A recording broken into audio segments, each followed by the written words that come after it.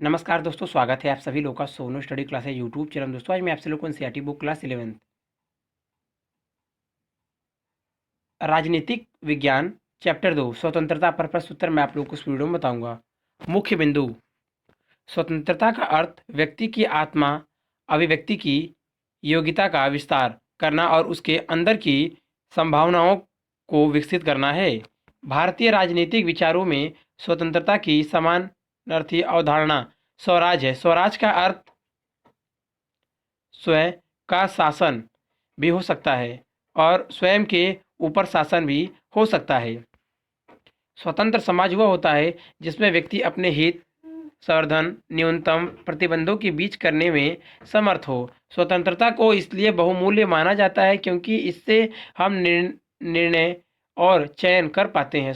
व्यक्ति की स्वतंत्रता पर प्रतिबंध प्रभुत्व और बाहरी नियंत्रण में लग सकते हैं। यह प्रतिबंध बल पूर्वक या सरकार द्वारा ऐसे कानून की मदद से लगाए जा सकते हैं। स्वराज का अर्थ स्वयं का शासन है और स्वयं के ऊपर शासन भी हो सकता है। स्वतंत्रता स्वतंत्रता पर प्रतिबंध सामाजिक असमानता के कारण भी हो सकते हैं, जैसा कि जाति व्यवस्था से होता है और समाज में अत्यधिक आर्थिक असमानता के कारण भी हो सक हो स्वतंत्रता पर अंकुश लग सकते हैं। स्वतंत्रता मानव समाज के केंद्र में है और गरिमापूर्ण मानव जीवन के लिए बेहद महत्वपूर्ण है, इसलिए इस पर प्रतिबंध बहुत ही खास स्थिति में लगाए जा सकते हैं। स्वर निर्धारित कार्य स्वयं संबंध कार्य क्रियाएं मानव की वह क्रियाएं हैं जो केवल उसी व्यक्ति में संबंधित होती है, उसी व्यक्ति से संबंधित होती है। जो व्यक्ति अपने काम को स्वयं करता है या वह दूसरे के मामले में हस्तक्षेप नहीं करते हैं। अन्य निर्धारित कार्य पर स्वसंबंध कार्य यह क्रियाएं मानव की वह क्रियाएं हैं जो केवल दूसरे व्यक्ति से संबंधित होती हैं, जो अपना कम स्वयं न करके दूसरे व्यक्ति के कार्यों में हस्तक्षेप करते हैं। राष्ट्रीय स्वतंत्रता उत्तेजनापूर्ण और आत्मिक होता है और राष्ट्रीय स्वतंत्रता के लिए लोग अपना जीवन समर्पित कर देते हैं, जबकि व्यक्तिगत स्वतंत्रता व्यक्ति के विकास से जुड़ा होता है तथा इससे व्यक्ति का अपना स्वास्थ्य निहित होता है। अभ्यास प्रश्न उत्तर। प्रश्न नंबर 1, स्वतंत्रता से क्या आशय है? क्या व्यक्ति के लिए स्वतंत्रता और राष्ट्र के लिए स्वतंत्रता में कोई संबंध है? उत्तर, स्वतंत्रता का अर्थ व्यक्ति की आत्मा अभिव्यक्ति की योग्यता का विस्तार करना है और उसके अंदर की संभावनाओं को विकसित करना है। इस अर्थ में स्वतंत्रता वह स्थित है जिसमें लोग अपनी रचनात्मक और क्षमताओं का विकास कर सकें। स्वतंत्रता के दो पहलू महत्वपूर्ण हैं, जिनमें नंबर 1 बाहरी प्रतिबंधों का अभाव है, नंबर 2 लोगों के अपनी प्रतिभा का विकास करना। प्रश्न नंबर 2, स्वतंत्रता की नकारात्मक और सकारात्मक अवधारणा में क्या अंतर है? उत्तर, स्वतंत्रता की नकारात्मक और सकारात्मक अवधारणाओं में अंतर। स्वतंत्रता की नकारात्मक अवधारणा के पक्ष। नकारात्मक स्वतंत्रता को प्राचीन विचारक ज़्यादा महत्व देते हैं क्योंकि उनका मानना था कि स्वतंत्रता से अभिप्राय है मनुष्य पर किसी भी प्रकार के बंधनों का अभाव मुक्ति से है, या मनुष्य पूर्ण रूप से स्वतंत्र हो तथा उसकी कार्यों पर किसी भी प्रकार का प्रतिबंध होना चाहिए। मनुष्य को अपने अनुसार कार्य करने की स्वतंत्रता होनी चाहिए। वह जीवन के प्रत्येक क्षेत्र जैसे राजनीतिक, आर्थिक, सामाजिक तथा धार्मिक रूप से स्वतंत्र होना चाहिए। व्यक्ति को अपने विवेक के अनुसार जो कुछ करना चाहता है उसे करने देना चाहिए। राज्य के द्वारा उस पर किसी भी प्रकार के प्रतिबंध नहीं लगाना चाहिए। जॉन लॉक, एडम स्मिथ और जे.एस. मिल आदि विचारक स्वतंत्रता के नकारात्मक पक्षधर थे। जॉन ब्लॉक को नकारात्मक स्वतंत्रता के प्रतिपादक माने जाते हैं। इनके अनुसार नंबर 1, स्वतंत्रता का अर्थ प्रतिबंधों का अभाव है। नंबर 2, व्यक्ति का राज्य द्वारा कोई नियंत्रण नहीं होना चाहिए। नंबर 3, वह सरकार सर्वोच्चतम है जो कम से कम शासन करे। नंबर 4, संपत्ति और जीवन की स्वतंत्रता असीमित होती है। स्वतंत्रता की सकारात्मक अवधारणा के पक्ष। जॉन लास्की और मैकाइवर स्वतंत्रता के सकारात्मक सिद्धांत के प्रमुख समर्थन है। इनका मानना है कि स्वतंत्रता केवल बंधनों का अभाव है। मनुष्य समाज में रहता है और समाज की हित ही उसका हित है। समाज हित के लिए सामाजिक नियमों तथा आचरणों द्वारा नियंत्रित रहकर व्यक्तित्व के पूर्ण विकास के लिए अवसर की प्राप्ति ही स्वतंत्रता है। सकारात्मक स्वतंत्रता की विशेषताएं हैं। नंबर 1, स्वतंत्रता का अर्थ प्रतिबंधों का अभाव नहीं है।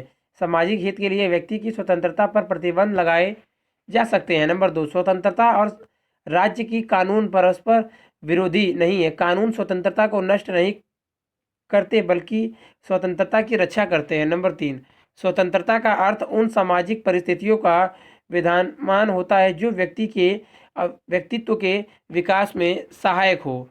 प्रश्न नंबर 3, सामाजिक प्रतिबंधों से क्या आश्चर्य है? क्या किसी भी प्रकार के प्रतिबंध स्वतंत्रता के लिए आवश्यक है? उत्तर, सामाजिक प्रतिरोध शब्द का तात्पर्य है कि सामाजिक बंधन और अभिव्यक्ति पर जाति एवं व्यक्ति के व्यवहार पर नियंत्रण से है।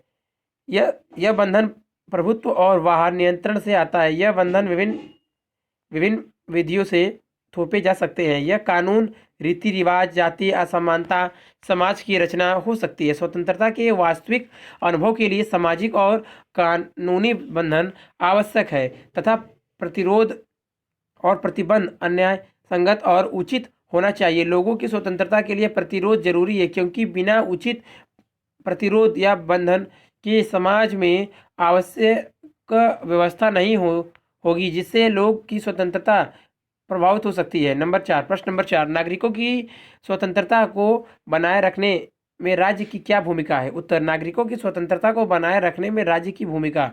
राज्य के संबंध में कई विचारकों का मानना है कि राज्य लोगों की स्वतंत्रता के बाधक है, इसलिए उनकी राय में राज्य के समान कोई संस्था नहीं होनी चाहिए। व्यक्तिवादियों का मानना है कि राज्य एक आवश्यक बुराई है, इसलिए वह एक पुलिस राज्य चाहते हैं जो मानव की स्वतंत्रता की रक्षा बाहरी आक्रमणों और भीतरी खतरों से कर सके। इसलिए आधुनिक स्थिति में स्वतंत्रता की अवधारणा और स्वतंत्रता के आवश्यक अवयव बदल गए हैं। आज इस तथ्य को स्वीकार किया जाता है कि प्रतिरोध और उचित संबंध आवश्यक इस स्वतंत्रता की सुरक्षा के लिए जरूरी है। प्रश्न नंबर 5, अभिव्यक्ति की स्वतंत्रता का क्या अर्थ है? आपकी राय में इस स्वतंत्रता पर समुचित प्रतिबंध क्या होंगे? उदाहरण सहित बताइए।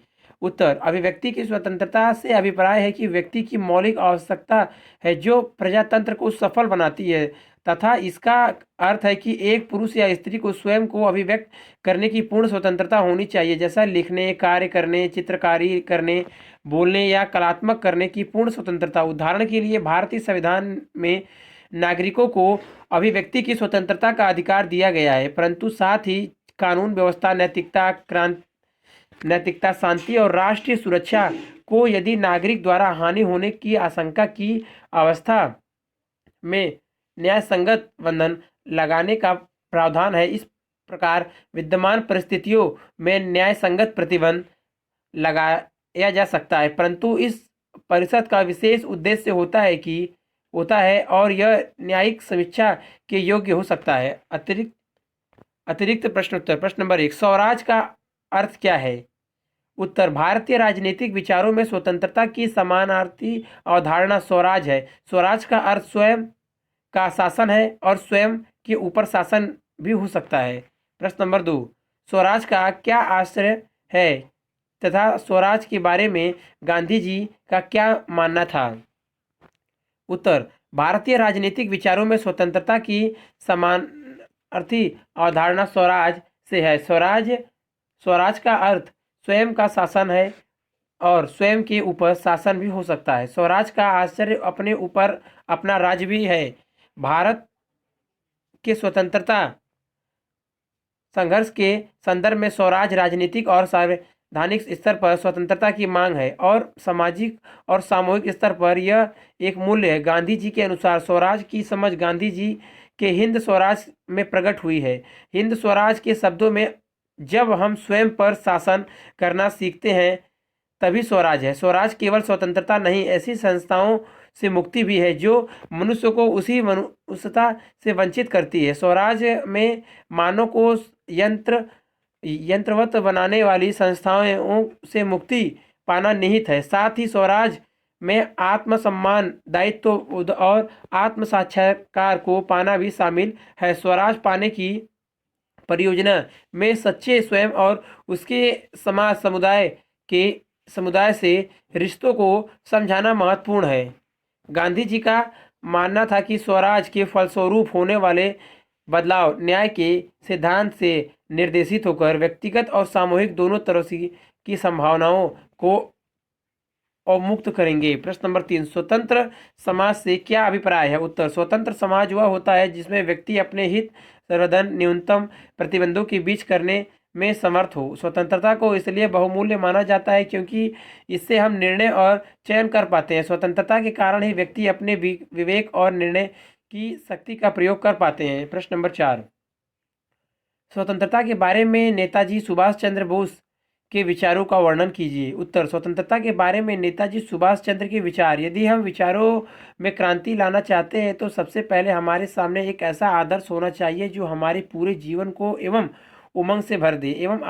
आदर्श स्वतंत्रता का है, लेकिन स्वतंत्रता का एक ऐसा शब्द जिसके बहुत सारे अर्थ हैं। हमारे देश में भी स्वतंत्रता की अवधारणा विकास की एक प्रक्रिया से गुजारी है। स्वतंत्रता से मेरा आश्चर्य ऐसी सर्वगुण स्वतंत्रता है जो व्यक्ति और समाज की हो, अमीर और गरीब की हो, स्त्रियों और पुरुषों की हो तथा सभी लोगों और सभी वर्गों की हो। इस स्वतंत्रता का मतलब न केवल राजनीतिक गुलामी से मुक्ति होना बल्कि संपत्ति का समान बंटवारा, जातिगत अवरोधों और सामाजिक असमानताओं का अंत तथा सांप्रदायिकता और धार्मिक सहिष्णुता का सर्वनाश भी होगा। प्रश्न नंबर 5, उदारवाद क्या है? उत्तर, एक उदारवाद वह है जो रूढ़िवाद तथा संकीर्ण विचारों का विरोधी है और जीवन के प्रति एक विवेकपूर्ण दृष्टिकोण रखता है। उसका विचार है कि व्यक्ति को स्वतंत्र विचार रखने तथा उन्हें व्यक्त करने का अधिकार है। उत्तरवाद का विचार मनुष्य की स्वतंत्रता से है। उत्तरवाद एकमात्र आधुनिक विचारधारा है जो सहिष्णुता का समर्थन करती है। आधुनिक उदारवाद की विशेषता यह है कि इसमें केंद्र बिंदु व्यक्ति या उदारवाद के बाद परिवार, समाज या समुदाय जैसी इकाइयों का अपने आप से कोई महत्व नहीं है। इसके लिए इन इकाइयों का महत्व तभी है जब व्यक्ति इन्हें महत्व दे। उदाहरण के लिए किसी से विवाह करने का निर्णय व्यक्ति को लेना चाहिए, परिवार, जाति या समुदाय को नहीं। प्रश्न नंबर 6, हार्म सिद्धांत या हानि सिद्धांत से क्या अभिप्राय है?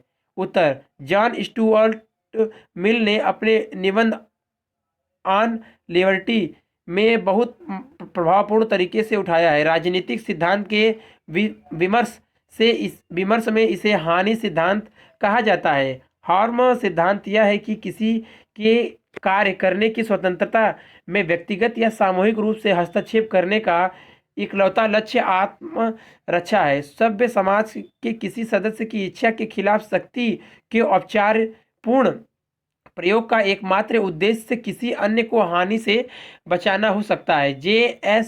मिल ने हार्म के सिद्धांत को व्यक्ति के कार्यों में हस्तक्षेप के लिए अकेला प्रभावी कारक के रूप में स्वीकार किया है तथा उन्होंने मानव को दो भागों में विभाजित भी किया है, स्व निर्धारित कार्य व अन्य निर्धारित कार्य। इसका मानना है कि राज्य एक दूसरे एजेंसी द्वारा व्यक्ति के कार्यों में हस्तक्षेप करने का अधिकार नहीं रखता है। यह कार्य एक दूसरे को हानि या प्रभाव नहीं डालते, परंतु व्यक्ति के कार्य का निर्णय दूसरे को प्रभावित करते हैं। प्रश्न नंबर 7,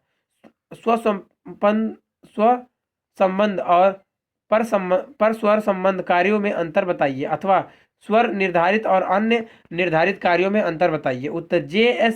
मिल ने मानव के कार्यों को दो भागों में बांटा है। नंबर 1, स्वयं निर्धारित कार्य क्रियाएं। स्वयं संबंध कार्य, यह क्रियाएं मानव की वह क्रियाएं हैं जो केवल उसी व्यक्ति से संबंधित होती हैं। जो व्यक्ति अपने काम को स्वयं करता है तथा वह दूसरे के मामले में हस्तक्षेप नहीं करते हैं। नंबर 2, अन्य निर्धारित कार्य क्रियाएं। पर स्वर संबंध कार्य, यह क्रियाएं मानव की वह क्रियाएं हैं जो केवल दूसरे व्यक्ति से संबंधित होती है। जो अपना कम काम स्वयं न करके दूसरे व्यक्ति के कार्यों में हस्तक्षेप करते हैं। प्रश्न नंबर 8, अभिव्यक्ति स्वतंत्रता से क्या अभिप्राय है? उत्तर, अभिव्यक्ति की स्वतंत्रता से अभिप्राय है कि व्यक्ति की मौलिक आवश्यकता है जो प्रजातंत्र को सफल बनाती है, तथा इसका अर्थ है कि एक पुरुष या स्त्री को स्वयं को अभिव्यक्त करने की पूर्ण स्वतंत्रता होनी चाहिए, जैसे लिखने, कार्य करने, चित्रकारी करने, बोलने या कलात्मक करने की पूर्ण स्वतंत्रता। उदाहरण के लिए भारतीय संविधान में नागरिकों को अभिव्यक्ति की स्वतंत्रता का अधिकार दिया गया है, परंतु साथ ही कानून व्यवस्था, नैतिकता, शांति और राष्ट्रीय सुरक्षा को यदि नागरिक द्वारा हानि होने की आशंका की अवस्था में न्याय संगत बंधन लगाने का प्रावधान है। इस प्रकार विद्यमान परिस्थितियों में न्याय संगत प्रतिबंध लगाया जा सकता है, परंतु इस प्रतिबंध का विशेष उद्देश्य होता है कि वह न्यायिक समीक्षा के योग्य हो सकता है। प्रश्न नंबर 9, जे.एस. मिल के आधार की व्याख्या कीजिए जिस पर उन्होंने अभिव्यक्ति की स्वतंत्रता को न्याय संगत बताया है। उत्तर, 19वीं शताब्दी के ब्रिटेन के एक राजनीतिक विचारक जॉन स्टुअर्ट मिल ने अभिव्यक्ति तथा विचार और वाद विवाद की स्वतंत्रता का बहुत ही भावपूर्ण पक्ष प्रस्तुत किया है। उन्होंने अभिव्यक्ति स्वतंत्रता को निम्नलिखित आधारों पर न्याय संगत बताया है। नंबर 1, पहला कारण यह है कि कोई भी विचार पूरी तरह से गलत नहीं होता। जो हमें गलत लगता है उसमें सच्चाई का कुछ तत्व शामिल होता है। नंबर 2, दूसरा कारण पहले कारण से जुड़ा है। सत्य स्वयं से उत्पन्न नहीं होता, सत्य विरोधी विचारों के टकराव के कारण उत्पन्न होता है। नंबर 3, तीसरा, विचारों का यह संघर्ष केवल अतीत में ही मूल्यवान नहीं था, बल्कि हर समय में इसका महत्व है। सत्य के बारे यह खतरा हमेशा होता है कि वह एक विचारहीन और ऋण व्यक्ति में बदल जाए। जब हम इसे विरोधी विचार के सामने रखते हैं तभी इन विचार का विश्वसनीय होना सिद्ध होता है। प्रश्न नंबर 10, राष्ट्रीय स्वतंत्रता से आप क्या समझते हैं? उत्तर, राष्ट्रीय स्वतंत्रता उतना ही महत्वपूर्ण है जितना कि व्यक्तिगत स्वतंत्रता। जिस प्रकार व्यक्ति का विकास स्वतंत्रता की प्राप्ति से होती है, उसे प्रकार राष्ट्रीय स्वतंत्रता के बिना राष्ट्र का विकास संभव नहीं है। व्यक्तिगत विकास और राष्ट्रीय विकास साथ साथ चलते हैं, यह दोनों एक दूसरे से पूरक हैं। राष्ट्रीय स्वतंत्रता उत्तेजनापूर्ण और आत्मिक होता है और राष्ट्रीय स्वतंत्रता के लिए लोग अपना जीवन समर्पित कर देते हैं। अगर वीडियो अच्छी लगी तो वीडियो को लाइक करें, शेयर करें, कमेंट करें और नेक्स्ट वीडियो के लिए चैनल को सब्सक्राइब जरूर करें। Thank you for watching.